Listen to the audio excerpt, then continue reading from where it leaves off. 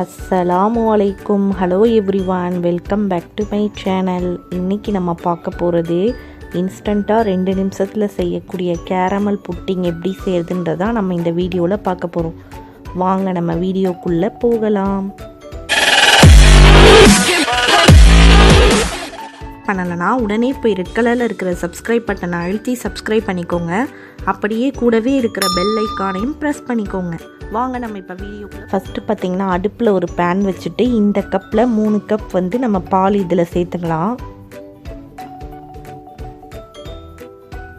அதுக்கப்புறம் இந்த பால் வந்து கொதிக்கிற வரைக்கும் நம்ம வெயிட் பண்ணலாம்.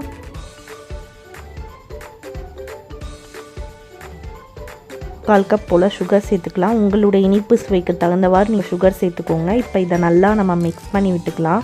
மிக்ஸ் பண்ணதுக்கப்புறம் அடுப்பை வந்து சிம்மில் வச்சு ஒரு 5 நிமிஷத்துக்கு இந்த சுகர் வந்து கரையிற வரைக்கும் நம்ம வெயிட் பண்ணலாம். இது பார்த்திங்கன்னா பால் கொதித்து சுகர் நல்லா கரைஞ்சிருச்சு. இந்த டைமில் இந்த மாதிரி கேரமல் புட்டிங் இன்ஸ்டண்ட்டாக செய்கிறதுக்காக இது ஷாப்பில் பார்த்திங்கன்னா இந்த மாதிரி பேக்கெட்ஸ் வந்து இருக்குது.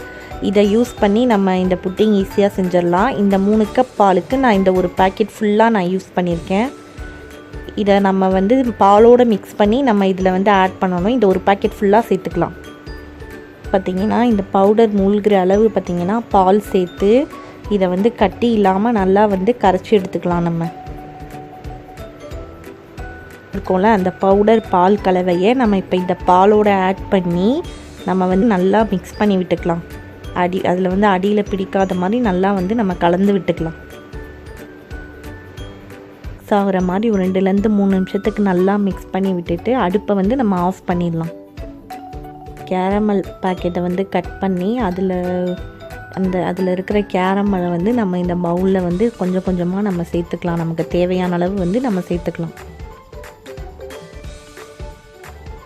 இல்லையா அந்த பவுலில் வந்து நம்ம பால் சேர்த்துக்கலாம். நம்ம காய்ச்சி வச்சுருந்தோம் இல்லையா அந்த பாலை வந்து நம்ம சேர்த்துக்கலாம். ஊற்றி வச்சுருந்த 3 பவுல்லையும் நம்ம காய்ச்சி வச்சுருந்த பால் எல்லாத்தையுமே வந்து ஆட் பண்ணியாச்சு. இப்போ இது செட் ஆகிறதுக்காக வேண்டி நம்ம ஃப்ரீசரில் ஒரு 1 மணி நேரம் வந்து வச்சு எடுக்கணும். 1 மணி நேரத்துக்கு அப்புறம் நம்மளுடைய கேரமல் புட்டிங் சூப்பராக ரெடி ஆயிடும். இப்போ நம்ம இதை ஃப்ரீசரில் 1 மணி நேரம் வச்சு எடுத்துகிட்டு வந்துடலாம். அதுக்கப்புறம் எப்படி இருக்குன்னு நம்ம பார்க்கலாம். எடுத்தாச்சு. இப்போ நம்மளுடைய புட்டிங் நல்லா ரெடி ஆயிடுச்சு. இப்போ வேறு ஒரு பவுலுக்கு இதை ட்ரான்ஸ்ஃபர் பண்ணிக்கலாம். வாவ், சூப்பராக ரெடி ஆயிடுச்சு நம்மளுடைய எம்மியான கேரமல் புட்டிங். பார்க்குறதுக்கே இவ்வளோ சூப்பராக இருக்குல்ல, சான்ஸே இல்லைங்க. ரொம்ப எம்மியாக இருந்துச்சு. கண்டிப்பாக நீங்களும் வீட்டில் ட்ரை பண்ணி பாருங்கள். உங்களுக்கு பிடிச்சிருச்சுன்னா லைக் பண்ணுங்கள். உங்கள் ஃப்ரெண்ட்ஸோடு என் வீடியோவை மறக்காமல் ஷேர் பண்ணுங்கள். நம்ம சென்னை சமையலை இதுவரைக்கும் சப்ஸ்கிரைப் பண்ணாமல் இருந்தீங்கன்னா மறக்காமல் சப்ஸ்கிரைப் பண்ணிடுங்க.